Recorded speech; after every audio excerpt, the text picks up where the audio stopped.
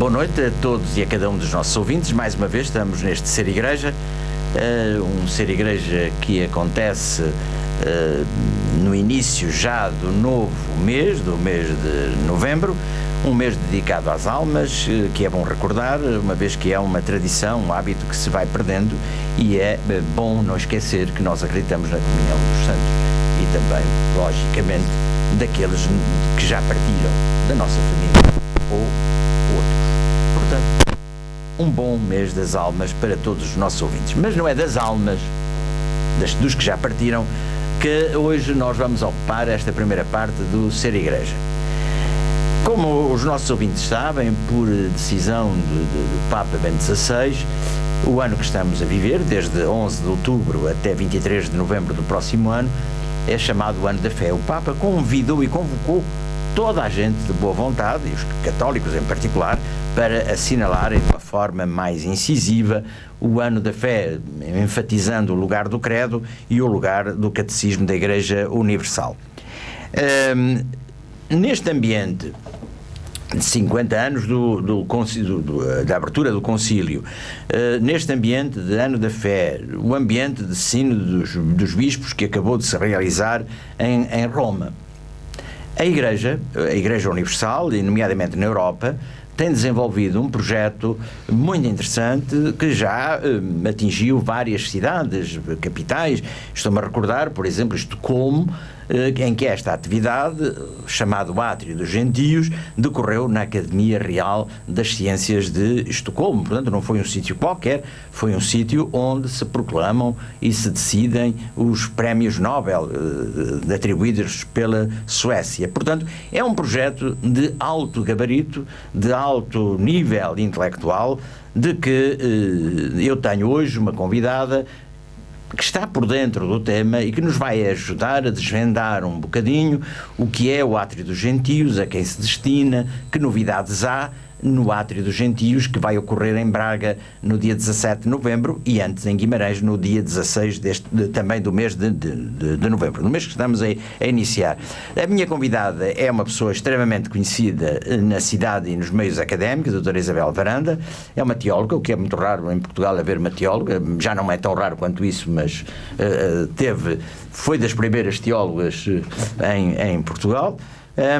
É a minha convidada, a doutora Isabel Varanda, como disse, é professora da Universidade Católica e tem este atributo ou esta responsabilidade de fazer, a palavra não gosto, animação, mas de ser coordenação, é melhor, animar missas e coisas do género, me irrita-me um bocado essa palavra, mas tem essa função. Doutora, boa noite. Olá, boa noite. É com muito gosto que a tenho e que a temos aqui nos microfones da Rádio Sim para este Ser Igreja, para falarmos um bocadinho do Átrio dos Gentios. O que é o Átrio dos Gentios? E vamos supor que a maior parte dos nossos ouvintes ainda não se apercebeu que é uma atividade extremamente relevante que a Igreja Universal está a realizar. Bom, haverá imensos elementos que poderemos colocar aqui já como preâmbulo para tentarmos compreender, mas também há algum trabalho que todos nós podemos fazer pessoalmente, em termos de investigação, até no motor de busca, colocar gentios, colocar átrio, e chegamos a algumas orientações. Instintivamente, a palavra gentios suscita alguma reação, até por algumas conotações que a palavra gentio foi assumindo, isso mesmo, ao longo da história, e portanto aparentemente ninguém quer ser chamado gentio, e eu ousaria dizer, já nos chamaram coisas piores. É verdade. E portanto a questão não está propriamente nesta nomenclatura, nesta designação, mas precisamos de compreender o que é que ela evoca, porque é que esta expressão foi utilizada e é utilizada e como é que surgiu. Como referiu muito bem o Papa Bento XVI, precisamente num discurso de saudação natalícia à Cúria Romana em 2009, falou da pertinência de se fazer uma espécie de átrio dos gentios, onde as pessoas de diferentes formações, de diferentes inquietações do ponto de vista da sua relação com o transcendente, com a religião, com o próprio Deus, crentes, não crentes, agnósticos, se pudessem encontrar num átrio para conversar, para partilhar pontos de vista, para partilhar os seus pontos de partida pessoais, simplesmente num diálogo feito de encontros e desencontros. O Pontifício Conselho da Cultura pegou na deixa, precisamente, e pegou nesta sugestão e, a partir de 2009, começou a pensar em estruturar precisamente esta estrutura que tem a sua origem no Pontifício Conselho da Cultura, esta estrutura que se chama então Átrio dos Gentios. Os eventos em si, ou portanto, sessões do átrio que têm-se desenrolado e têm ocorrido em várias cidades da Europa e também nos Estados Unidos e também no Quebec, como já referiu em Estocolmo, mas podemos referir em Palermo, em Assis, em Praga, em Paris, até porque o átrio inaugural foi precisamente em 24 e 25 de março de 2011 e desde então tem-se multiplicado. Foi em 2011 em Paris, com uma ligação muito estreita com a Unesco. E Átrio dos Gentios porquê? Há aqui uma metáfora que necessariamente nos evoca o átrio dos gentios no templo de Jerusalém. Ora, nós sabemos que o templo de Jerusalém foi mandado construir o início do templo de Jerusalém mais ou menos pelo ano 20 antes de Cristo, no tempo de Herodes. Entretanto, Herodes morre por volta do ano 4 antes de Cristo e o templo ainda não estava concluído. Lemos depois em algumas passagens até em São João que nos fala que o templo teria levado mais ou menos 46 anos a construir. Ora, esse templo era constituído pela parte, diríamos, a parte sagrada, e depois 4 átrios. Um átrio que era reservado aos israelitas, um outro átrio que era reservado às mulheres, outro aos sacerdotes, e aquele mais distante da região sagrada era o átrio dos gentios. E o átrio dos gentios era para... Poderíamos encontrar estes gentios, eram numa versão moderna da expressão, os ateus. Mas aqueles que estavam fora, os que estavam ou na margem da fé, não é? Absolutamente. E pronto, e portanto, esse é o princípio da história na qual nos devemos situar. Mas depois é muito interessante perceber que temos nos Evangelhos, nos Atos dos Apóstolos, várias passagens em que São Paulo é o protagonista, em que São Paulo não parece respeitar muito bem esta estratificação ou esta geografia do templo. Tanto é que em alguns momentos ele é acusado de ter introduzido um grego, por exemplo, na parte sagrada. E, portanto, é de algum modo chamada a atenção porque um inovador. Por outro lado, nós sabemos que no templo antigo, no templo de Jerusalém, havia uma espécie, portanto, havia estes diferentes átrios separados com uma balaustrada. E nessa balaustrada havia também uma série de estelas com inscrições. Numa delas dizia, como nós hoje às vezes dizemos, perigo de morte, não ultrapasse. E era precisamente quem ultrapassar, quem passar do átrio dos gentios para a parte sagrada, corre risco de morte. Ora, São Paulo, vemos já aqui a transgressão cristã, diríamos, esta vontade até do cristianismo de superar as barreiras, de quebrar e destruir os muros que separam. E, portanto, de algum modo, São Paulo interpreta já nesta perspectiva cristã e que, no fundo, é o que Jesus Cristo vem inaugurar, um templo sem barreiras, um templo... Nem gregos, nem escravos, judeus, nem homens livres. Precisamente, que São Paulo tão bem exprime, e, portanto, a perspectiva cristã não é de modo algum a da separação, mas sim de abolir os muros, de deixar cair, de resolver os problemas da inimizade entre os povos, entre as gentes, entre as sensibilidades, nos próprios espaços. Tão bem simbolizado precisamente nessa expressão de São Paulo: não há grego, nem judeu, nem homem, nem mulher, nem escravo, nem homem livre, mas somos todos irmãos, todos filhos de Deus. Sousa, eu estava a ouvi-la e com imenso interesse pela sua vivacidade e pela cultura que sempre revela, e estava a pensar, eu que assisti à abertura do concílio, estou-me a lembrar, a sua doutora não era nascida, mas eu lembro-me, vi pela televisão, a preto e branco, a abertura do concílio, e não imaginava o impacto que ele ia ter na vida do mundo. Quando depois saem os documentos, e eu li-os logo que eles saíram em português, que quando os leio, e à distância de 50 anos onde eu faço a revisita frequente a alguns, pelo menos alguns dos textos do concílio, parece-me que esta iniciativa, o Átrio dos Gentios, é, não sei se vou dizer uma barbaridade, mas deixe-me dizer e corrigir-me-á com toda a veemência se eu disser assim uma barbaridade muito grande. É talvez a forma mais feliz e mais concreta que surge no pós-concílio de responder àquele grande desígnio e àquela grande vontade de João XXIII, que é conhecida pelo nome do aggiornamento. É isso? Ou não? Eu não consagraria de tal forma este evento, esta estrutura, também não me pertenceria de modo algum, não seria essa a minha intenção, de lhe tirar também o valor. Eu diria que é uma iniciativa no meio de muitas outras iniciativas que poderíamos também destacar e pôr em relevo. Portanto, compreendo e penso que, de facto, é uma iniciativa que se inscreve na linha do concílio, de abertura ao mundo, do diálogo com a diferença e, fundamentalmente o diálogo com a cultura, nessa perspectiva do aggiornamento, certamente, o diálogo com a cultura, o diálogo com a sociedade civil, a importância deste encontro, de criar lugares e espaços de encontro, simplesmente. Não sabemos bem, é que nada está definido. Mesmo em termos, se virmos em termos de estrutura, não temos uma estrutura montada fixa. O Átrio dos Gentios tem uma geografia variável, móvel. Consoante as populações onde se desenvolve. Há aqui toda uma geografia que se vai construindo consoante os locais em que há uma seção do átrio.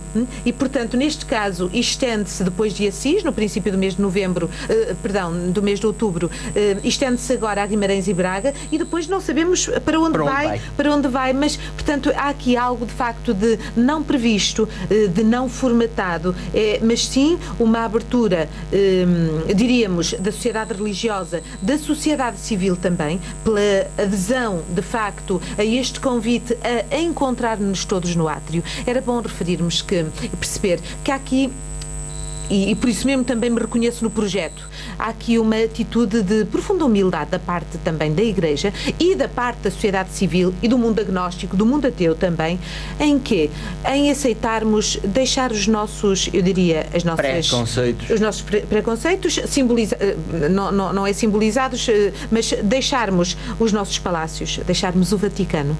O Sr. Cardeal Gianfranco Ravasi deixa o Vaticano, não chama lá as pessoas para conversarem, vão por todo lado.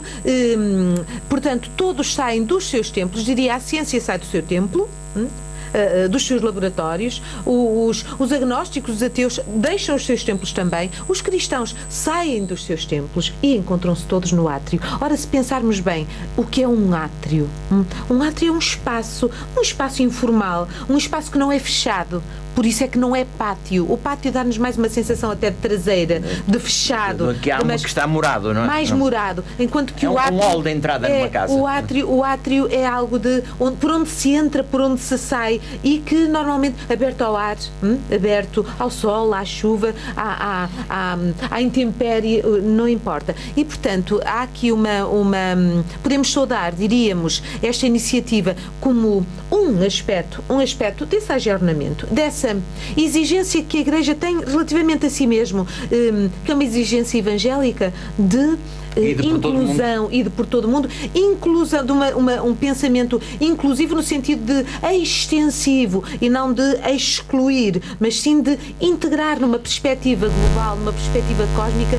Todos são bem-vindos num átrio, um átrio no mundo, um átrio sobre o mundo, um átrio no mundo. Eu tenho estado, não direi a seguir com muita atenção, porque ando disperso por muita coisa, mas estou atento, por isso estive a ler primeiros relatos do acontecimento do Átrio dos Gentios em Estocolmo, que foi um sucesso, com a participação de ateus, de grandes cientistas de alto gabarito intelectual e académico, com homens, com crentes, que em Portugal presumo que vai ser igual.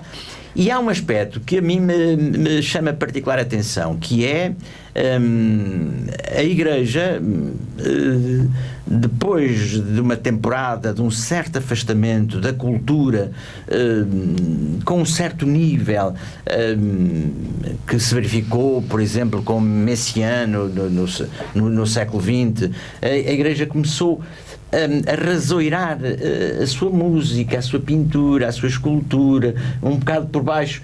E agora surge-nos, por exemplo, em Portugal, que eu estou ansioso por ouvir, a Missa Brevis de João Gil. Isto é um desafio também. Isto é o diálogo com o mundo da cultura, pôr a Igreja a falar a cultura do mundo de hoje, na arte, na música.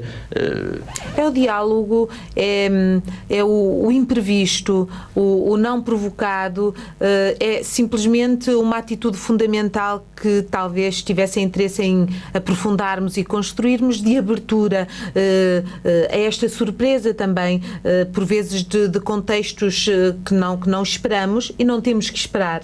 E, portanto, quando esperamos, estamos com pontos de partida que não são os mais adequados, não é?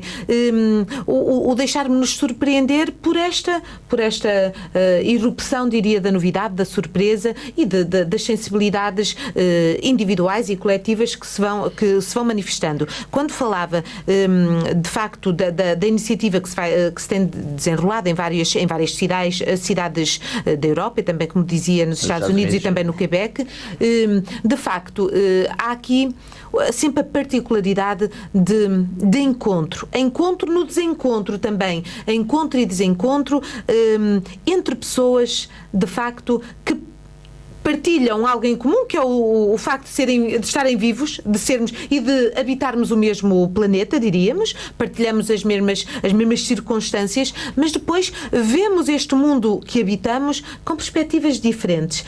E a ideia de que, eventualmente, todos possamos beneficiar da escuta do outro, e quanto mais diferente, melhor, mais nos pode provocar, mais nos pode, inclusivamente, desinstalar nas nossas construções, nos nossos adquiridos, precisamente.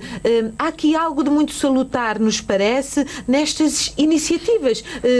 Em Portugal, concretamente, nós poderíamos pegar no programa, o programa está online, está também, portanto, todo detalhado, encontram-no também com muita facilidade nos meios de comunicação em geral, em escrita, impressa, também alguns desdobráveis que circulam com o programa na íntegra, e poderiam podem aperceber-se que temos desde um professor Eduardo Lourenço, temos um grande pensador, do mundo contemporâneo que marca o mundo contemporâneo português e internacional também. É uma referência para nós como um homem da cultura, um homem de sabedoria, capaz de refletir sobre a identidade de um povo. Estamos curiosos de ver o que é que ele nos vai dizer do alto da sua idade, que é também um posto, diríamos, que é um posto. Deveria ser. Gosto de ouvir isso. Eu sei.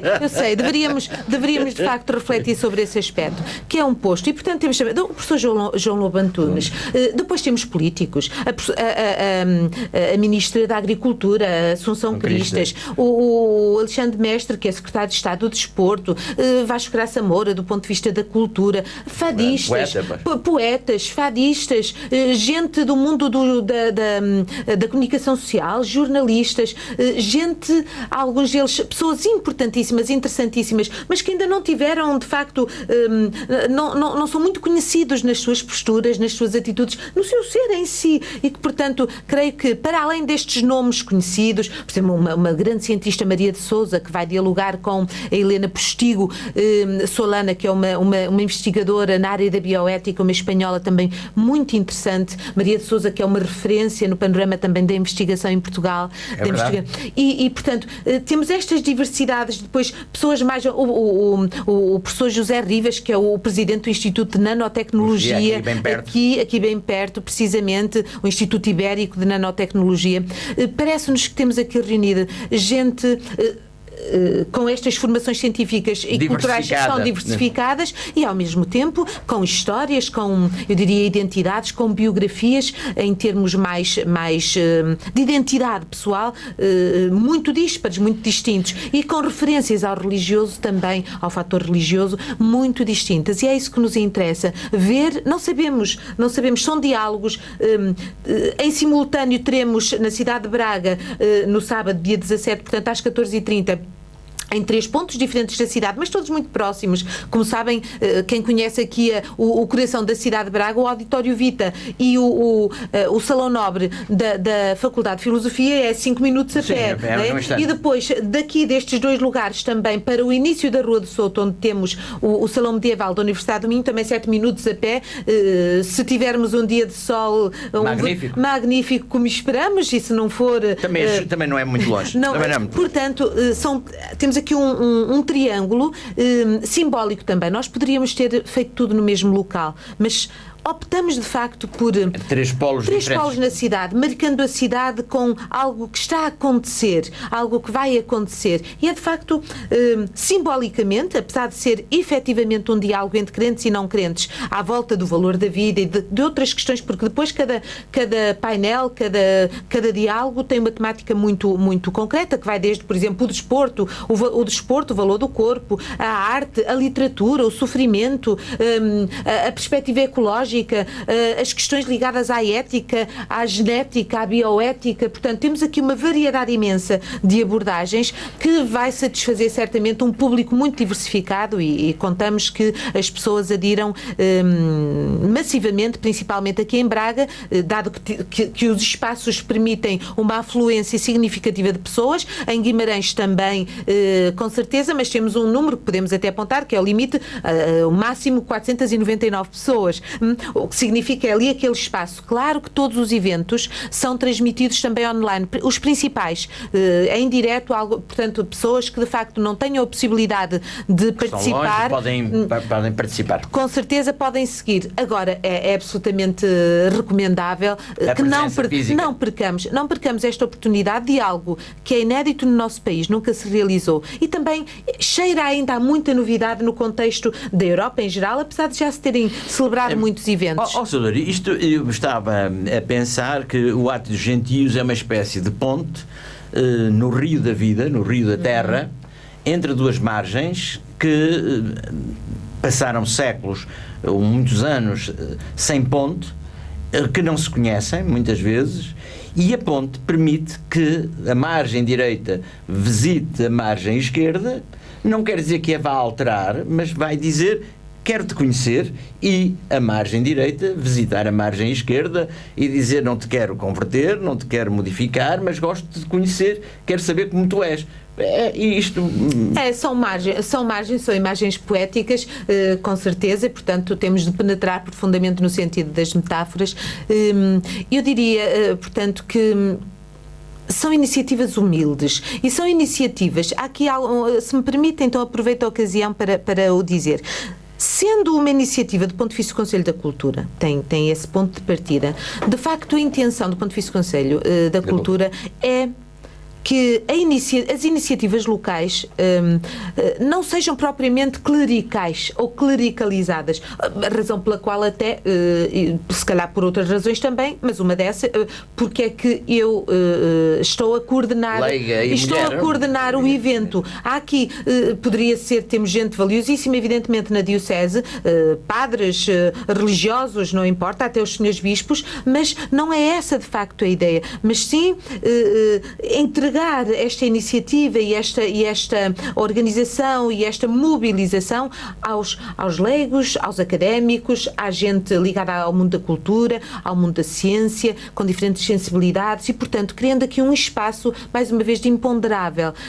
Não há uma perspectiva fixada, formatada de uma expectativa. Nós queremos que isto aconteça. Não é isso. Porque, de facto, não há aqui uma mentalidade colonizadora de algum modo ou de evangelização. Não é... É de conhecimento. É de facto de encontro na simplicidade e em algum despojamento, diríamos. Mais uma vez, voltamos à figura do átrio que obriga a sairmos do nosso conforto da talha dourada para os crentes e encontrarmos-nos no átrio. Para os cientistas, por exemplo, saírem também da sua zona de conforto, que é o laboratório, diríamos, que é a investigação, que é o tubo de ensaio, etc. Estou quase a minimizar um pouco, mas é só para dar a imagem, e encontrarmos-nos ali, sem preconceitos, simplesmente para ver, olha, vamos conversar sobre este tema que nos congrega, sobre o valor da vida. De facto, parece que assim, já estamos a dizer que a vida tem um valor. Alguém nos anda a fazer crer que a vida tem um preço, que a vida não tem valor, valor então intocável, mas que a vida tem um preço. E parece que estamos a começar a acreditar isso, que de facto a vida é redutível a um orçamento e a um preço.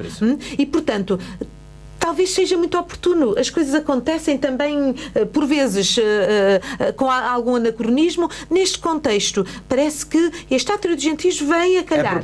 Vem a propósito. E o tema em si também, a diversidade de temas, tentarmos em conjunto recolocar, recentrar as questões da vida para além dos limites da simples economia. Se me permite, creio que basicamente seria isso. Sadora, nós, enfim, o tempo anda e o relógio não para. Digo isso sempre aos meus convidados, sobretudo quando vêm abordar questões como é que está a fazer e a fazê-lo com essa veemência, está a falar muito com o seu coração junto da razão. Eu acho que é muito importante isso. Temos então 2 eventos, Braga e Guimarães. Quem pode participar?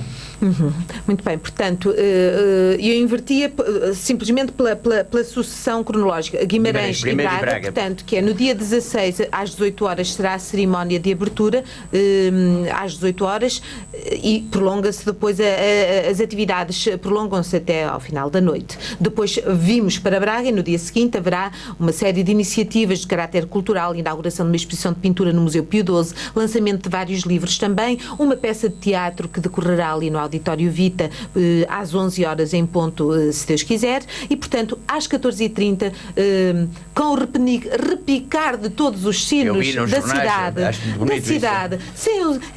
significando de alegria e de que algo de diferente está a acontecer na cidade. As pessoas podem se interrogar, afinal estão a tocar os sinos porquê?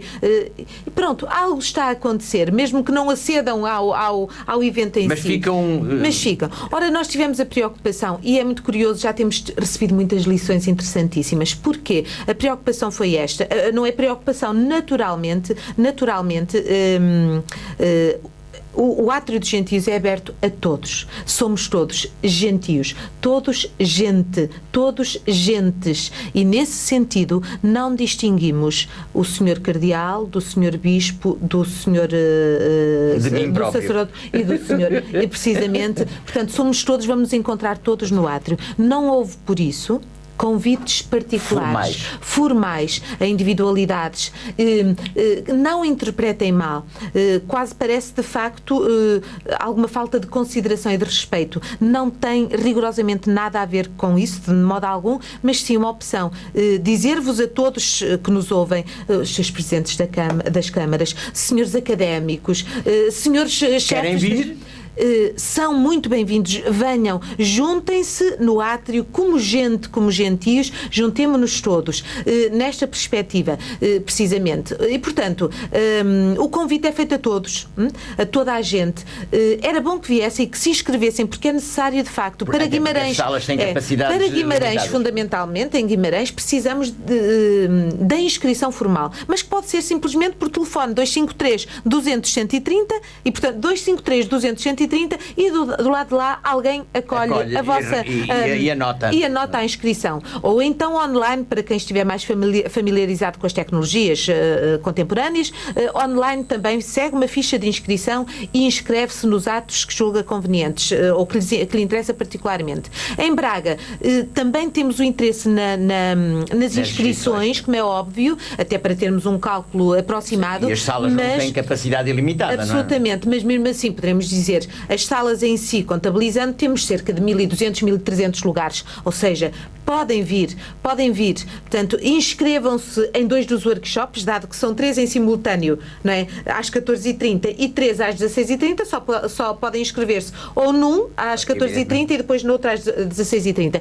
Inscrevam-se, apareçam e, portanto, passem um sábado diferente, quanto mais não seja por curiosidade, para ouvir e ver pessoas que vêm de fora, uns de mais perto, outros de mais longe, e que, portanto, que se encontram todos aqui à volta de um átrio, diríamos, e dentro de um átrio aberto sobre as cidades, sobre Guimarães, sobre Braga e sobre a nação, sobre o nosso Portugal, e aberto ao mundo, e esperamos que assim seja, de facto. Aqui fica o rap da doutora Isabel Varanda, que é a coordenadora do Átrios Gentios, que vai decorrer, como se disse, em 16 e 17 deste mês, de novembro, em Guimarães e Braga, respectivamente.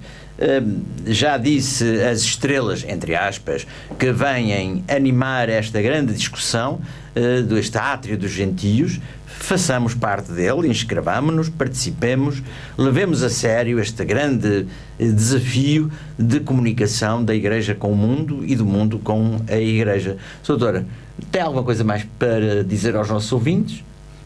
Unicamente, vamos fazer uma grande festa, celebrar a vida, regozijar-nos durante um fim de semana, e que depois o Átrio dos Gentios não termina aí, mas simplesmente seja o lançar de uma estrutura que vai continuar com, não sabemos como, ficará depois ao critério de todos os gentios que nós somos.